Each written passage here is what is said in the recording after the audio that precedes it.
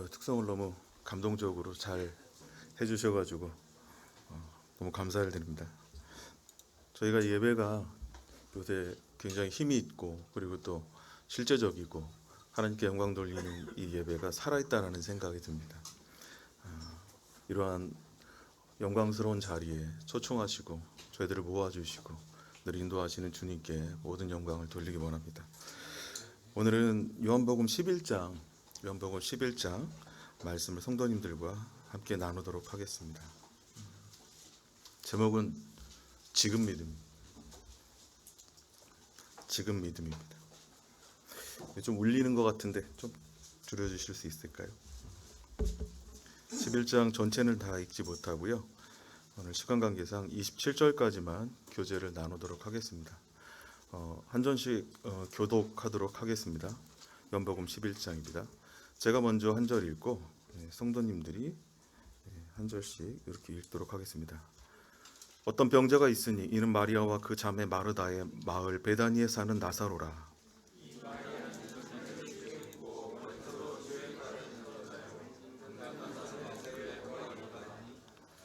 이에 그 누이들이 예수께 사람을 보내어 이르되 주여 보시옵소서 사랑하신 자가 병들었나이다 하니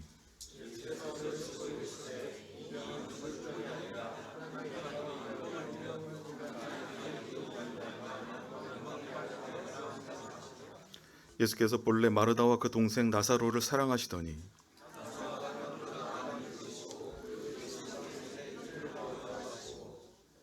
그 후에 제자들에게 이르시되 유대로 다시 가자 하시니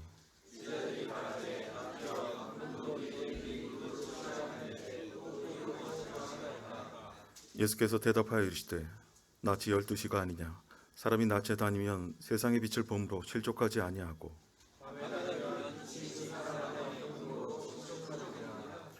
이 말씀을 하신 후 또 이르시되 우리 친구 나사로가 잠들었도다 그러나 내가 깨우러 가노라. 예수는 그의 죽음을 가리켜 말씀하신 것이나 그들은 잠들어 쉬는 것을 가리켜 말씀하신 줄을 생각하는지라.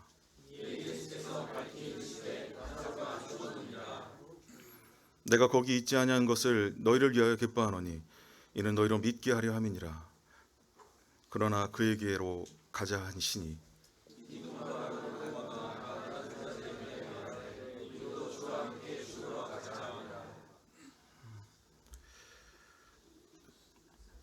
예수께서 와서 보시니 나사로가 무덤에 있은지 이미 나으리라.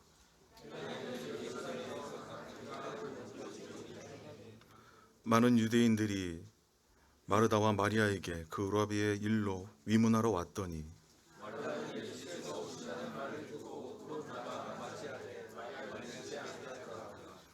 마르다가 예수께 여짜오되 주께서 여기 계셨더라면 내 오라비가 죽지 아니하였겠나이다.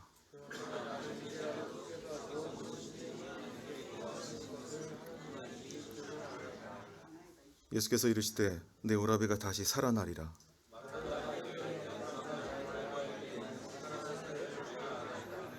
예수께서 이르시되 나는 부활이요 생명이니 나를 믿는 자는 죽어도 살겠고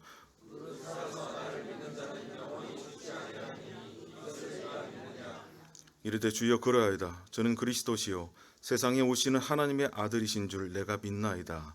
아멘. 네, 여기 27절까지 말씀을 읽도록 하겠습니다.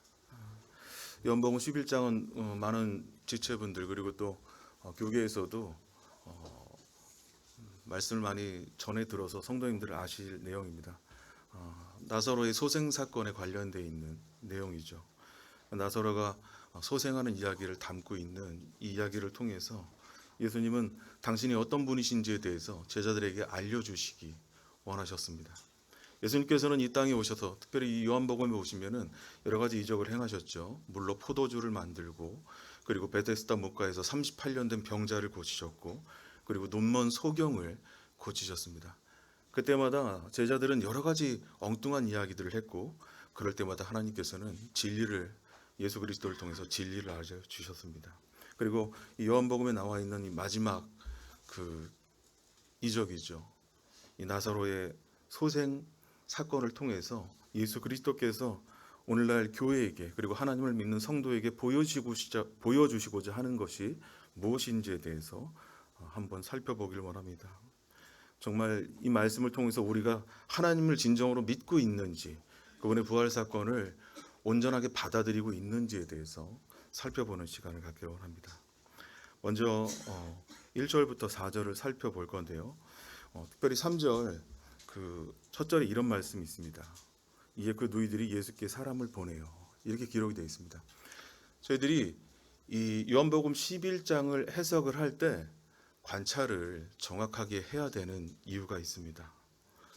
그리고 이 본문의 지리적인 배경을 살펴보지 않고 이 요한복음 11장을 해석하면 아주 엉뚱한 해석이 나오게 되고, 그리고 하나님의 본질과 속성에서 벗어난, 그리고 하나님이 가지고 계시는 그 지선적인 사랑에서 벗어난 이상한 자의적인 인간적인 수준으로 하나님을 내려놓고 끌어내리는 해석이 도출되게 되어 있습니다.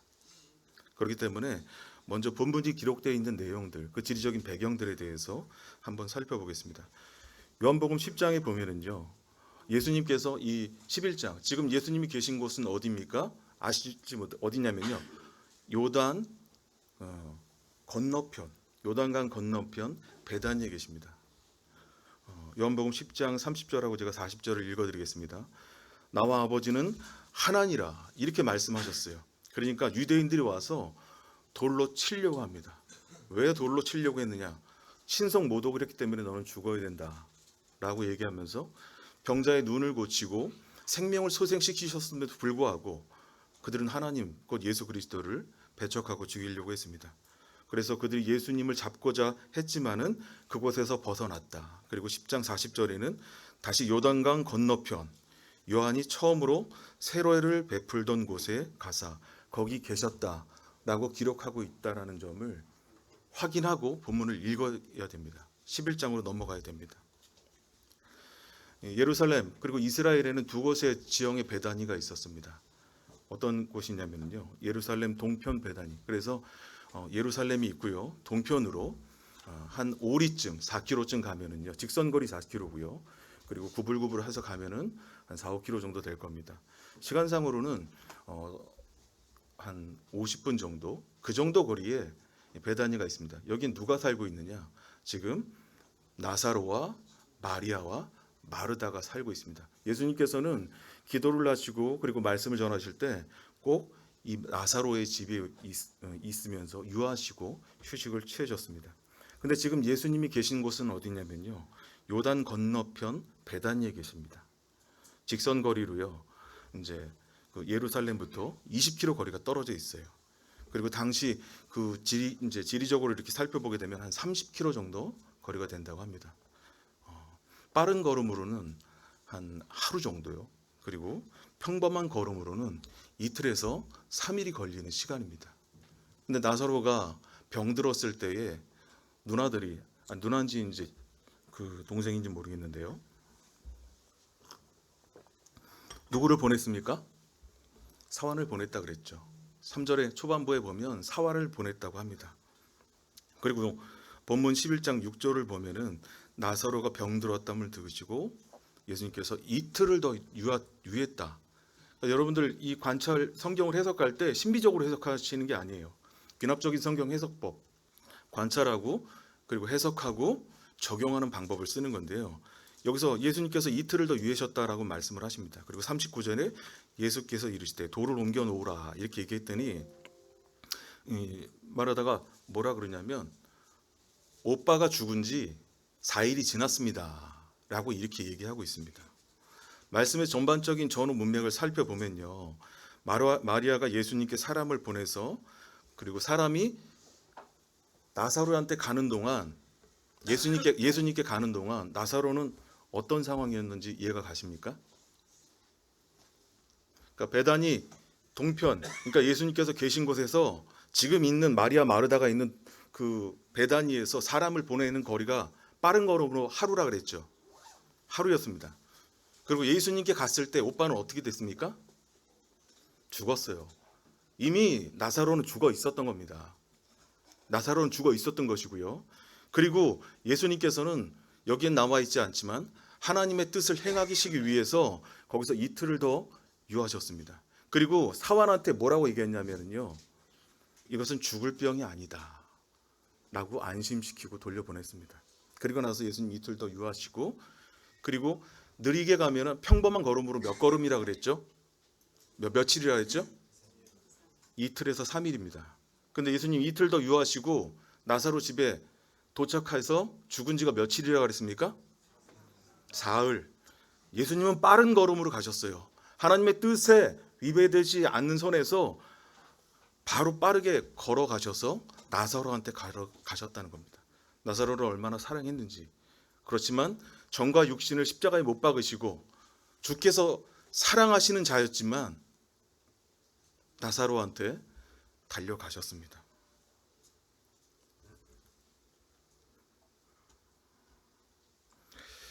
근데 오늘날 이런 해석들이 어떻게 적용되고 있냐면요, 자의적인 해석으로 적용을 해서 굉장히 큰 오류를 범하고 있습니다. 저희들이 아까 말씀드렸듯이 관찰할 때요, 성경을 해석할 때 신비적으로 탁 펴가지고 주님 뭔 말씀을 하셨는지를 바라보는 게 아니잖아요.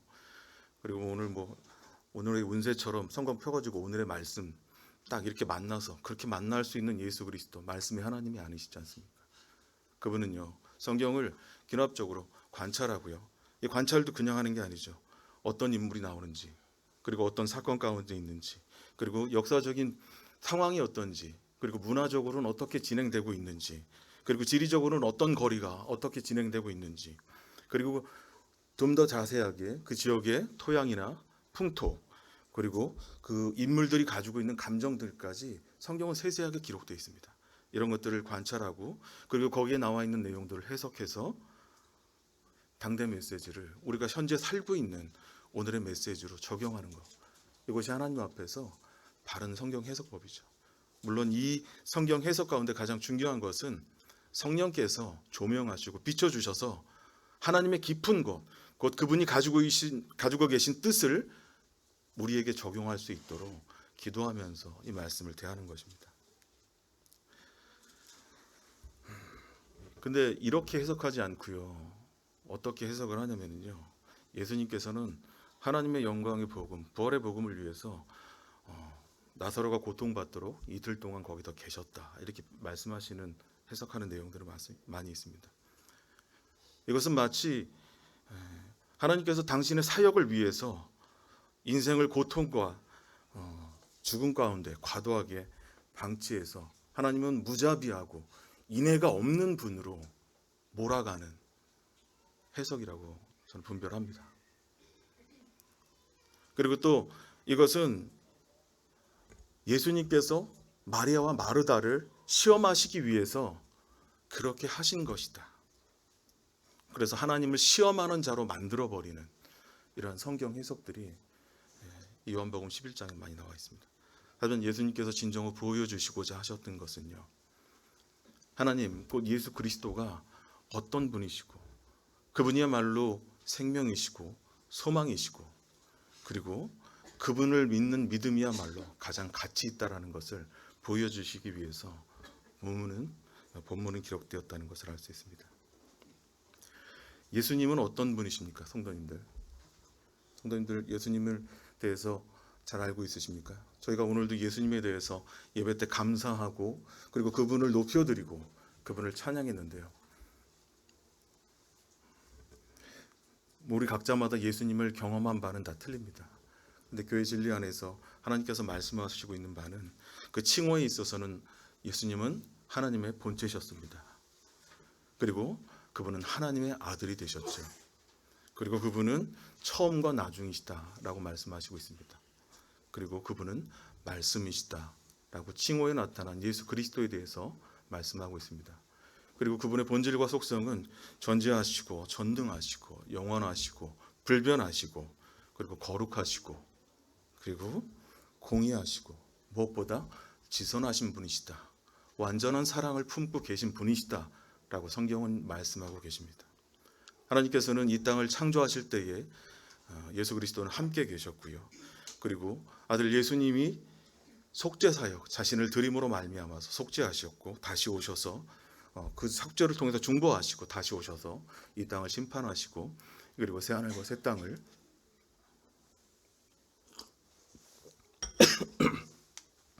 완전하게 창조하신 분이시다라는 관점으로 이 요한복음 11장을 접근하시면 좋을 것 같습니다. 3절에 보면은요, 가로되 주여 보시옵소서, 주님께서 사랑하는 자가 병들었나이다. 일반 성경에는 사랑하시는 자가 병들었나이다 라고 되어 있고요. 다른 성경들 킹제임스라든지 내용들을 보면 주께서 사랑하시는 자가 병들었다 라고 말씀하고 있습니다. 하나님께서 사랑하시는 자, 좀 놀라운 하나님의 그 마르다의 고백인 것 같습니다. 주님이 사랑하시는 자. 근데 이 말씀을 통해서 볼 수 있는 건요, 하나님이 사랑하시는 자의 가정에 뭐가 있다라는 겁니까? 하나님께서 사랑하시고 아끼는 가정에도 환난이 있다라는 겁니다. 어려움이 있다라는 겁니다. 우환이 있을 수 있다라는 겁니다. 그래서 하나님을 사랑하는 가정에 고통이 없고 우환이 없는 것은, 있는 것은 잘못된 일이 아니다라는 것은 지금 성경은 이야기해 주고 있습니다. 근데 더 중요한 것은요, 하나님께서는 오히려 이런 환난을 통해서 저희들을 연단하시고, 그리고 그런 환난 가운데 인내하고 연단하시고, 그리고 연단을 통해서 우리가 가진 소망의 본질, 곧 우리 주 예수 그리스도와 그분이 계신 왕국을 믿는 믿음을 강하게 하시고, 그리고 더 굳건히 해주신다는 겁니다.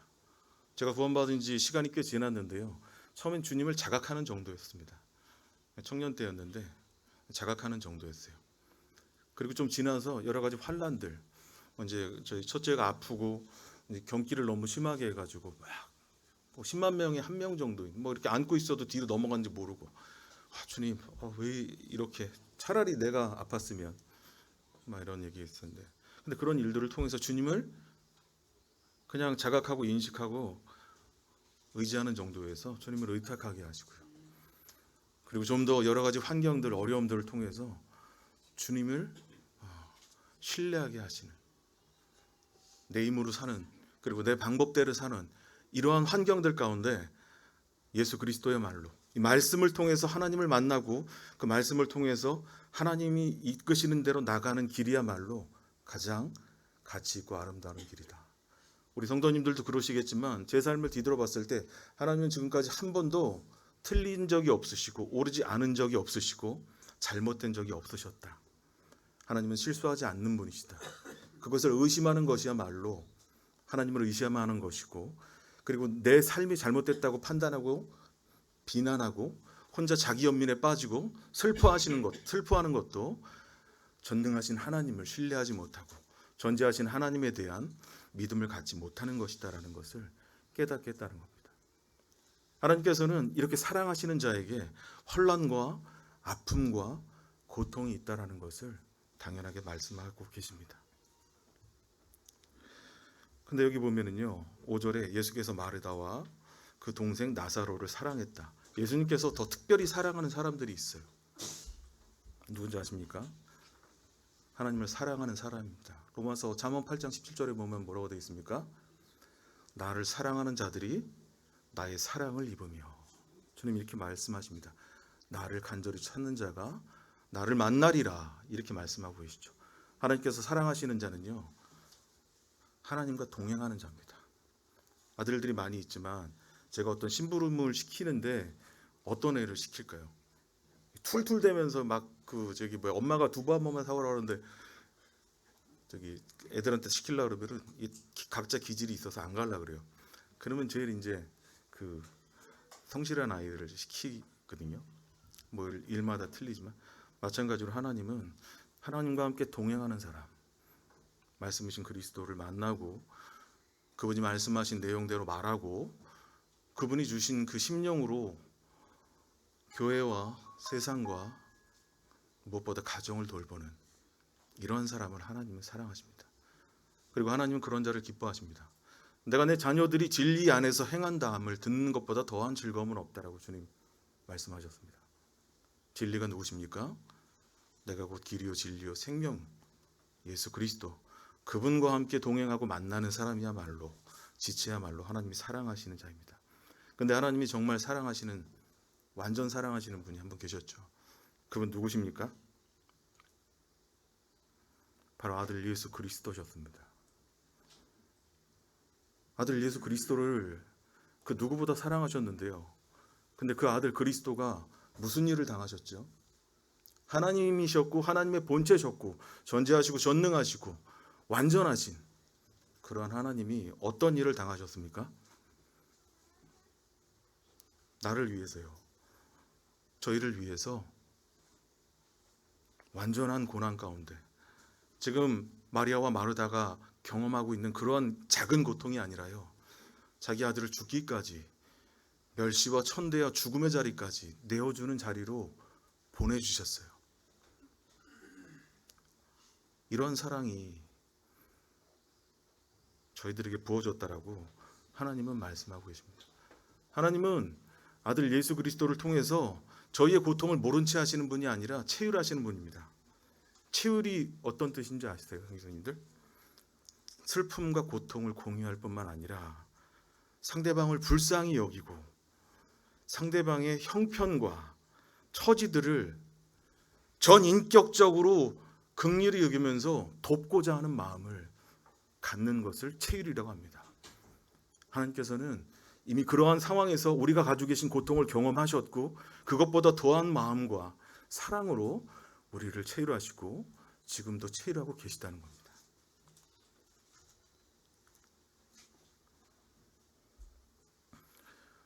하나님께서는요, 우리가 그러한 길에 그러한 고통에 가는 것이 당연한 것이다 라고 말씀하셨고요. 그리고 그것을 믿는 앞선 선진들은 그 길을 따라갔습니다. 히브리서 11장에 보면은요, 그러한 믿음의 길을 갔던 분들에 대해서 이렇게 얘기합니다. 여자들은 자기의 죽은 자들을 부활로 받아들이기도 하며 또 어떤 이들은 더 좋은 부활을 얻고자 하여 심한 고문을 받되 구차히 풀려나기를 원하지 아니하였다. 또 어떤 이들은 조롱과 채찍질 뿐 아니라 결박과 옥에 갇히는 시련도 받았다. 또 돌로 치는 것과 톱으로 켜는 것과 시험과 칼로 죽임을 당하고 양과 염소의 가죽을 입고 유리하며 궁핍과 환난과 학대를 받았다. 이것이 하나님을 믿는 사람들의 믿음이고 그리고 삶이었습니다. 그리고 히브리서 11장 38절에는 하나님께서 이런 사람들에 대해서 이렇게 얘기합니다. 이런 사람은 세상이 감당치 못한다. 그는 세상을 보고 있는 게 아니고요.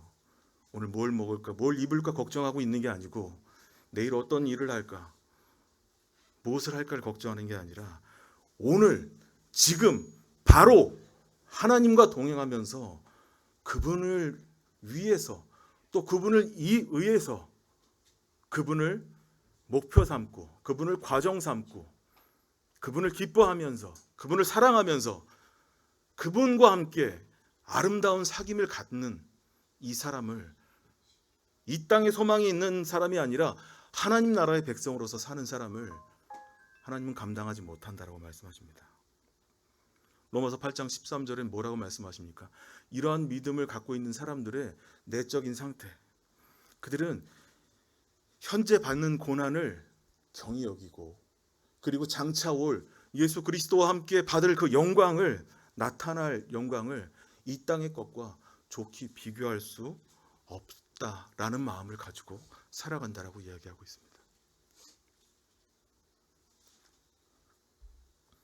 예수님께서 이 위대하고 아름답고 가장 가치 있는 환난을 통해 보이심으로써 오늘을 사는 우리들에게 하나님을 믿고 부활을 꿈꾸는 성도의 소망이 무엇인지에 대해서 분명하게 가르쳐 보여주고 계신 것입니다. 이 위대하신 하나님의 사랑을 의심할 필요도 없고요. 의심해서도 안 됩니다. 우리가 그런 사랑 가운데 있는 자들이라고 하나님은 선언하셨고 선포하셨습니다.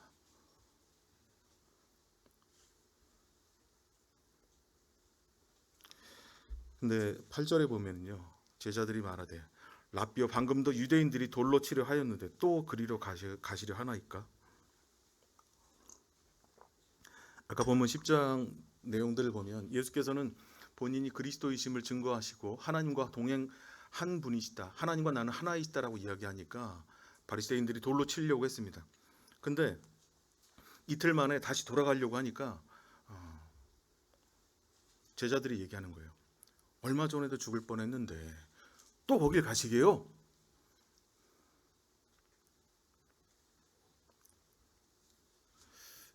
오늘 이 자리에 어려운 곳에서 선교하신 우리 형제님도 와 계신데요. 우리가 말할 수 없는 고난과 고통, 그리고 시련과 아픔이 있습니다. 그럼에도 하나님의 복음을 위해서 또 가시게요? 또 갈 겁니다.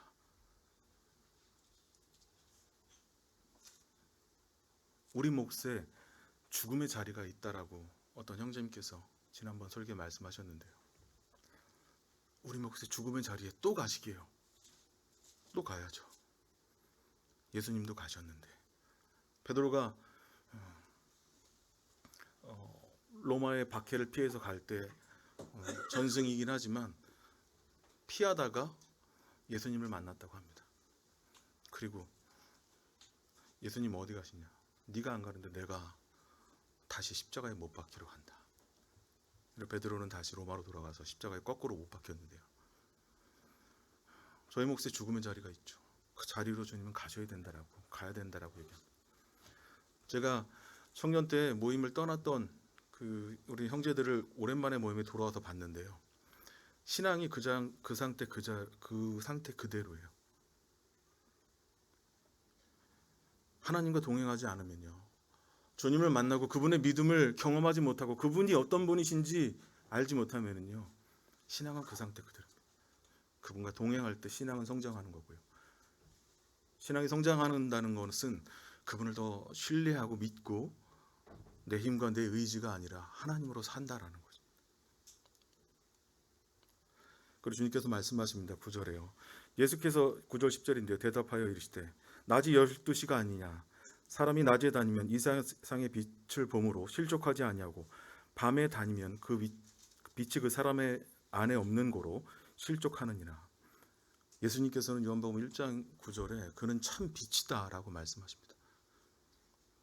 이 말씀은요, 예수 그리스도를 규범으로 삼고요, 하나님의 왕국과 그 영광을 자신의 목표로 삼는 사람이야말로, 삼는 성도야말로 그는 진정한 이 세상이라는 어둠과 혼돈 속에서 가장 가치 있는 길을, 바른 길을 가게 되는 것이다 라고 제자들에게 말씀해 주고 계신 것입니다. 근데 10절에 뭐라 그러시죠? 밤이 다니면 빛이 그 사람 안에 없다. 예수 그리스도가 없으면은요, 그 말씀의 주님이 내 안에 없으면요, 내 마음과 내 뜻대로 이 세상을 살아가게 된다는 거죠. 제가 예전에 말씀을 분별하는 방법에 대해서 설명하면서 비유를 한번 들었는데요.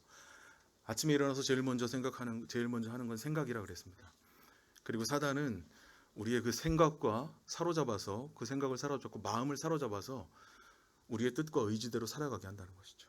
하지만 우리가 아침에 그 생각과 마음을 하나님 앞에 두고 성령께 의지해서 말씀이신 그리스도 앞에 나아갈 때, 그분과 동행하면서 문 밖을 나아가는 순간 이미 그리스도와 동행하게 되는 것이죠. 내 의지와 생각이 아니라 하나님의 생각, 아버지 하나님의 생각, 예수 그리스도의 생각, 성령님의 그 생각이 나를 인도하고 이끄신다는 거죠. 근데 그냥 바빠가지고서 아침에 일어나서 개강이 늦었어. 아우 지금 지각이야. 늦었어. 그래서 문을 빵 차고 나가는 순간 내 생각과 내 계획과 내 의지와 내 나라와 내 뜻이 세워지게 되는 것입니다. 그런 사람은 이 세상의 이 혼돈한 세상 속에서 세상 풍파에 밀려가고, 세상이 하는 사람들이 다 똑같은 얘기하고요, 그들이 하는 것처럼 막 불안해하고 걱정해하고 뭔가 큰일이 있는 것처럼, 발생할 것처럼, 그리스도 안에서는 평안이죠. 그리스도는 기쁨이고요. 위로부터 오는 평안과 안정과 그 생명의 삶, 소망의 삶, 영광의 삶을 살아갈 수 있다고 주님께서 지금 말씀하고 가르치십니다. 시편 119편 5절에도 우리 성도님들 다 아시는 말씀이지 않습니까? 주님의 말씀은 내 발의 등이요 내 길의 빛이니이다. 우리 빛 대신 예수 그리스도, 등 대신 예수 그리스도, 그분을 믿고 나아가는 삶이 필요하다고 주님께서 말씀하고 계시는 거죠. 11절부터 제가 좀 16절까지 읽어드리겠습니다. 이 말씀을 하신 후에 가라사대 우리 친구 나사로가 잠들었다. 깨우러 가자 이렇게 말씀하시고요. 그리고 예수님께서 예수는 그의 죽음을 그가 죽었다라고 이렇게 얘기하십니다. 죽음을 가리켜 말씀하신 것이라. 저희는 잠들어 쉬는 것을 가리켜 말씀하신 줄을 생각지 못하니라. 예수님께서 나사로가 죽었다. 내가 거기 있지 아니한 것을 감사한다. 이 말씀을 문맥적으로 잘못 이제 설명하면 예수님이 나사로가 죽기까지 기다려서 얘네들한테 그 사람을 어떻게 살리는지 보여주려고 하시나 보다. 주님 그 말씀하시는 게 아니시라고요. 주님은 지금 눈앞에 있는 네가 내가 부활이고 생명이다라고 말씀하시는 거예요. 이것을 너희로 믿게 하려 합니다. 그런데 도마가 이런 얘기를 합니다. 우리도 함께 죽으러 가자. 예수님은 지금 생명에 대해서 이야기하고 있는데 우리도 함께 죽으러 가자. 예수님하고 제자들의 이야기를 듣다 보면요, 제자들이 동문서답하는 이야기가 참 많아요. 저희도 사실 그러고 있죠. 예수님 맹인이 있는데 이 사람이 뭐 누구 잘못 때문에 이렇게 된 거예요. 예수님 막 고쳐주려고 생명을 지금 알리시고 자신이 생명이란 것을 설명하려고 그러는데 그건 똑같은 말입니다. 우리도 함께 죽으러 가자. 이 비슷한 말이 있는데요. 에스더서 4장 보면 에스더가 뭐라 그랬죠? 죽으면 죽으리라.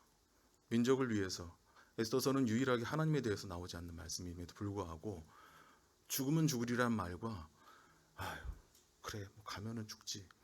그리고 예수님의 12 제자 중 뭐 헬로 시몬이라든지 이런 친구들은 가가지고 예수님이 혁명가로서 뭔가 변혁시키고 이 땅을 바꾸고 그리고 많은 사람들과 군중을 일으켜서 세상을 변화시킬 것처럼 믿고 있었던 제자들이 많이 있어요.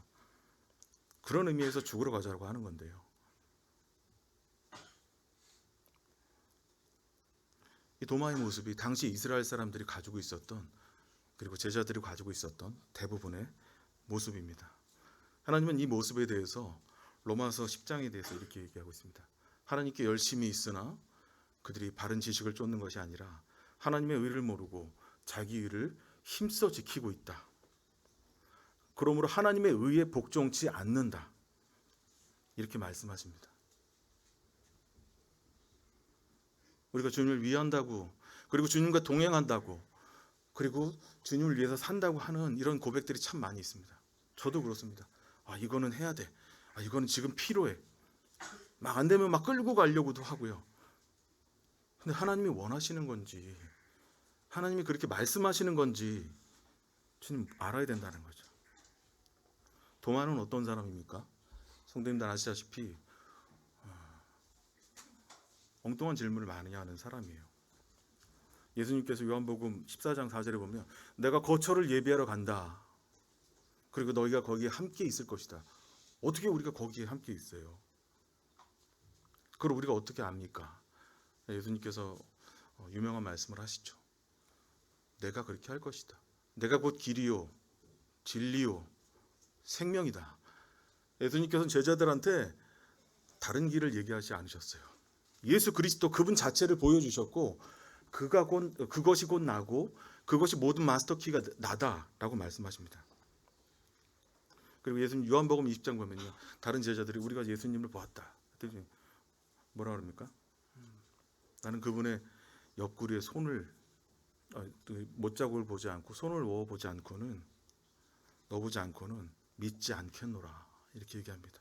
그래서 예수님께서는 만져보고 손을 넣어봐서 믿음 없는 자가 되지 말고 믿음 있는 자가 되라고 말씀하셨습니다. 내가 나를 본고로 믿느냐 보지 않고 믿는 자가 복되다. 주님 그렇게 말씀을 주셨습니다. 이 도마의 이름 뜻이 뭔 줄 아십니까 성도님들? 쌍둥이란 뜻입니다. 쌍둥이. 성경에는 도마가 쌍둥이인지에 대해서 설명하지 않고 쌍둥이는 나오지 않는데요. 전 이 도마의 말뜻을 보면서 저의 모습을 이렇게 볼 수 있었습니다. 비단 도마뿐만 아니라 이 12제자의 모습을 통해서 오늘을 사는 우리의 모습을 또 저의 모습을 발견할 수 있었습니다. 예수님 12제자들 중에 특별한 사람들이 있었습니다. 다양한 기질들을 갖고 있었습니다. 요한은 어떤 사람이었습니까? 천둥의 사람, 성격이 불같고 굉장히 난폭한 사람이었어요. 베드로는 나서기를 좋아하는 사람이었습니다. 그리고 바울은 살인자였죠. 성도들을 잡아 죽이는 자였습니다. 그리고 열심 당원이었던 시몬, 샬롯 시몬. 근데 또 반대로 어떤 사람이 있었습니까? 로마의 앞잡이였던 세리, 마태도 있었죠. 예수님 왼팔과 오른팔이 되고 싶었던 야고보도 있었고요. 요한도 있었습니다. 다양한 사람들이 있었죠. 안드레, 바돌로메, 작은 야고보, 다데오, 마띠아. 예수님의 제자들 중에는 다양한 사람들이 있었는데요. 그럼에도 불구하고 예수님을 그들을 예수 그리스도라는 머리로 삼는 한 공동체, 이 교회, 당신의 나라의 백성으로 불러주셨습니다. 그리고 서로 한 지체요, 형제처럼 사랑하게 만드셨습니다. 천둥의 아들이라 불렸던 이 요한은요, 예수님의 사랑받는 자로 변모됐고요. 그리고 여러 가지 나서기 좋아하는 우리 베드로는 초대교회 반석이다라는 일컬음을 받았고요. 그리고 사울은 예수 그리스도 안에서 이방인의 사도로 변모가 됐습니다. 열심당원이었던 시몬, 하나님 나라를, 이 땅을 변화시키기 위해서 열심히 했던 그 사람은요, 하나님 나라를 사랑하는 열심당원으로 변모돼서 주님의 나라와 그 왕국을 전하는 사람이 되었습니다. 로마의 세리였던 마태, 셈이 빨랐던 사람이죠. 이 사람은 영원한 것을 계산할 줄 아는 사람으로 변모됐습니다. 가장 가치 있는 것이 무엇인 줄 아는 사람으로 바뀌었죠. 서로 달랐지만 우리 주 예수 그리스도 안에서 다른 배경과 가치관을 가졌지만 그리스도 안에서 완전히 하나가 되었고요. 그리고 하나가 되게 하셨습니다. 우리도 그리스도 안에서 이미 하나가 되었습니다. 서로 다르죠. 서로 실수도 있고, 그리고 내 기준과 생각과 다를 수도 있습니다. 근데 우리는 우리의 신념과 우리의 나라와 내 의지와 내 교회와 내가 원하는 시스템을 세우는 것이 아니지 않습니까? 우리는 그리스도, 우리 각자에게 주신 그리스도를 만나고 그분으로 나아갈 때 겸손하고 온유하고, 그러면서도 품이 있고, 그리고 서로를 높이고, 그리고 그리스도의 사랑을 드러내는 그런 모습으로 나타낼 수 있다고 주님 그걸 말씀을 지금 보여주시고 있는 것입니다. 나라가 굉장히 시끄러운 시대인데요. 저는 그런 생각을 해봅니다. 저는 대한민국 사람이기 전에 하나님의 사람이고 만국 백성입니다. 천국 시민입니다. 우리 국적이 대한민국이죠. 그리고 또 중국도 있으시고 또 다른 여러 나라가 있겠지만 나의 국적은 왕국입니다.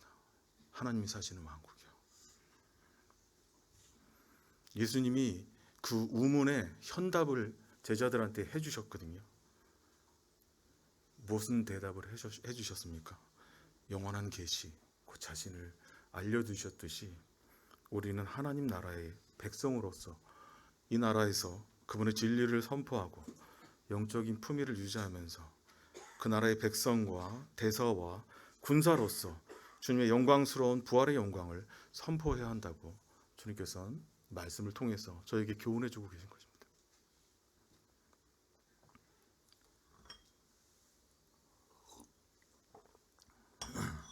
17절부터 24절까지 제가 한번 읽어드리겠습니다. 예수께서 와서 보시니 나사로가 무덤에 있은지 이미 나흘이라. 베다니는 예루살렘에 가깝기에 한 오리쯤 되매 많은 유대인이 마르다와 마리아에게 그 오라비의 일로 위문하러 왔더니 마르다는 예수 오신다는 말을 듣고 나가 맞대 마리아는 집에 앉아있더라. 마르다가 예수께 여쭤되 주께서 여기 계셨다면 내 오라비가 죽지 않았겠나이다. 그러나 나는 이제라도 주께서 무엇이든지 하나님께 구하시는 것을 주실 줄 믿나이다. 예수께서 가라사대 내 오라비가 다시 살리라. 마르다가 가로되 마지막 날에는 다시 살 줄을 내가 아나이다. 굉장히 중요한 말씀인데요. 마르다가 주님께 원망하고 있습니다. 예수님께서 왔는데요. 주님께서 여기 계셨더라면 내 오라비가 죽지 않았을 거예요. 주님이 여기 계셨다면, 주님이 하셨다면 이건 해결됐을 거예요. 이게 마리아의 모습이 아니라 곧 제 모습이다라는 것을 주님이 알려주셨습니다. 생명의 근원 대신 그 주님을 눈앞에 두고도 이 생명을 찾고 호소하는 이 어리석은 모습, 생명 대신 예수님을 눈앞에 두고도 생명이 어디 있는지 찾고 있는 이 어리석은 우매함. 더 어리석은 것은요, 생명이 없는 것에서 생명을 찾는 것입니다. 그리고 거기에 소망을 두고 열매 맺기를 기다리는 거죠.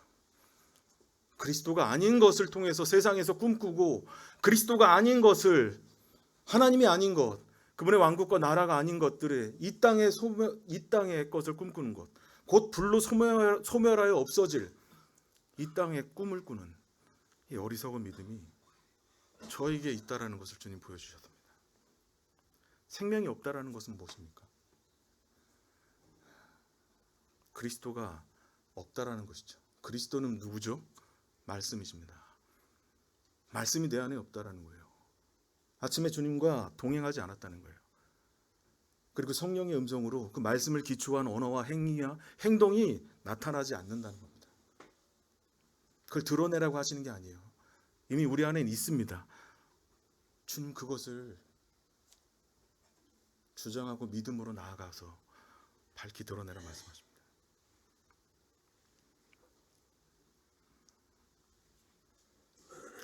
어떤 분들은 이런 얘기들 하세요.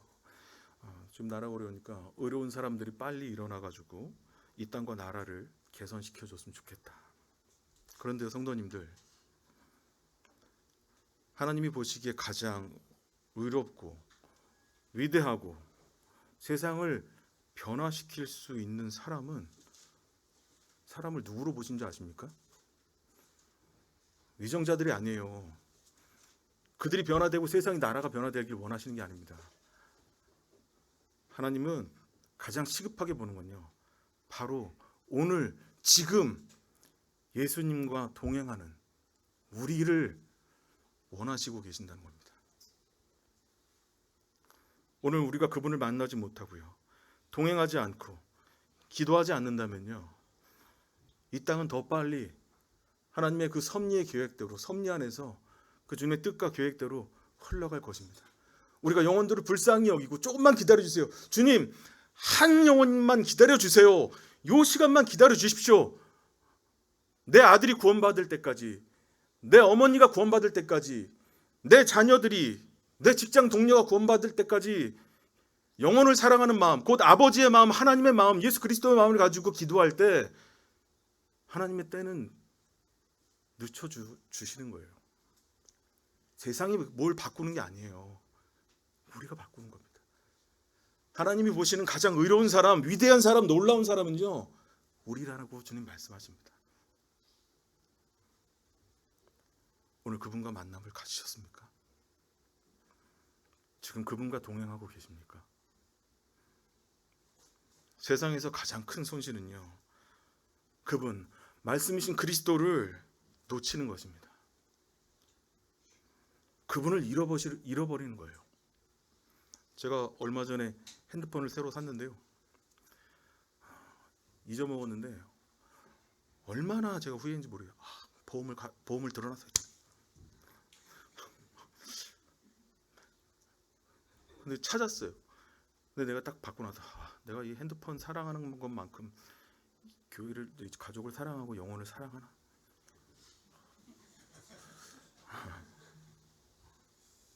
그리고 또 핸드폰이 이렇게 있다가 화장실에 있다가 딱 떨어졌다. 오! 안 돼!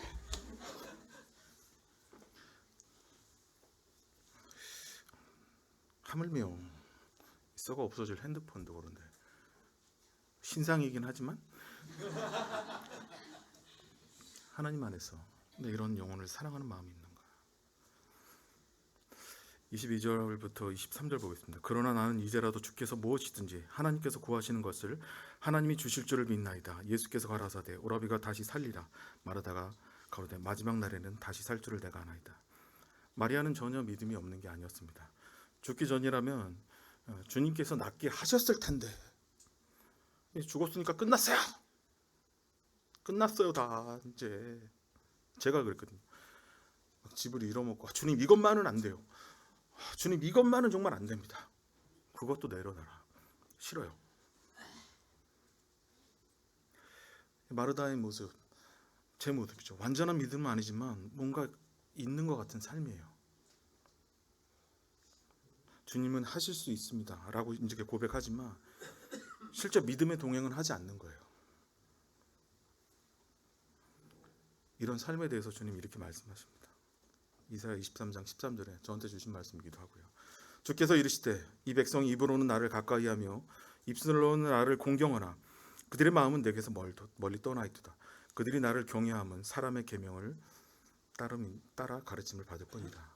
마태복음 15장에서도 이 말씀을 비유해서 예수께서 이 백성이 입술로는 나를 존경하지만 마음은 내게서 멀다.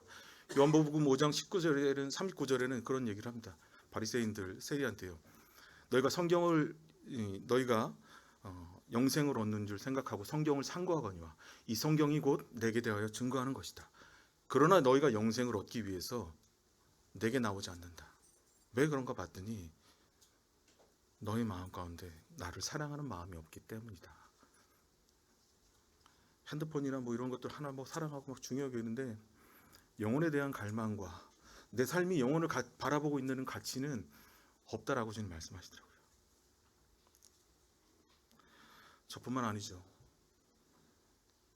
저를 포함해서 많은 성도님들이 마지막 때에 나팔이 불리고 예수님이 재림하시면 우리가 다 부활할 줄을 믿고 있습니다. 그렇죠? 하지만 예수님은요 그때를 말씀하고 계신 게 아니에요. 예수님은 지금 살 것이다 라고 얘기하고 있습니다. 지금이요, 지금.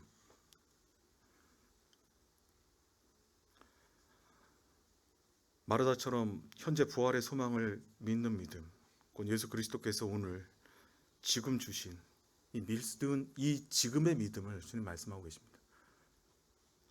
지금 우리가 시간이 지나고 있습니다. 1초 뒤의 시간도 우리는 과거예요.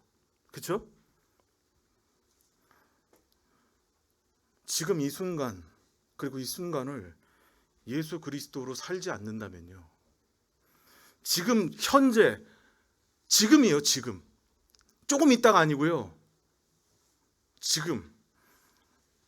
그런 믿음을 가지고 있지 않으면 주님 반쪽짜리 믿음이라고 얘기합니다. 온전한 믿음은 지금 나사로가 살아있듯이 지금 우리가 살아야 된다. 누구로요? 예수 그리스도로요. 주님의 말씀이 내 안에 있고 그 아름다운 주님의 말씀이, 그 아름다운 주님의 언어가, 그 아름다운 몸짓이 우리 안에 있어야 된다고 주님 말씀하십니다. 언제요? 내일? 지금이요. 잘 생각해 보세요, 성도님들. 우리가 벌써 죽었다고 생각하는 이 믿음의 선진들이 어떻게 되어 있습니까? 지금 말씀이신 그리스도와 함께 살아서 우리한테 이렇게 알려주고 있지 않습니까? 지금 바로 현재 나의 자리에서, 우리 자리에서 그리스도가 살아계심을 믿는 믿음을 가져야 한다고 지금 말씀하십니다. 예수께서 가라사대 나는 부활의 생명이니 나를 믿는 자는 죽어도 살겠고 무릇 살아서 나를 믿는 자는 영원히 죽지 아니하리라. 이것을 내가 믿느냐 주님 물어보셨습니다. 성도님들 이것을 믿으세요? 네. 지금 주님을 믿는 저와 성도님들, 그래서 우리 안에서 그리스도가 나타나서 주님이 영광받고 우리가 그리스도 안에서 평안하고 그리고 서로 사랑하는, 그리고 서로 존중하고 그리스도의 아름다움을 드러내는, 그리고 세상을 살리는 저와 대학로교회 성도님들이 되기를 기도합니다.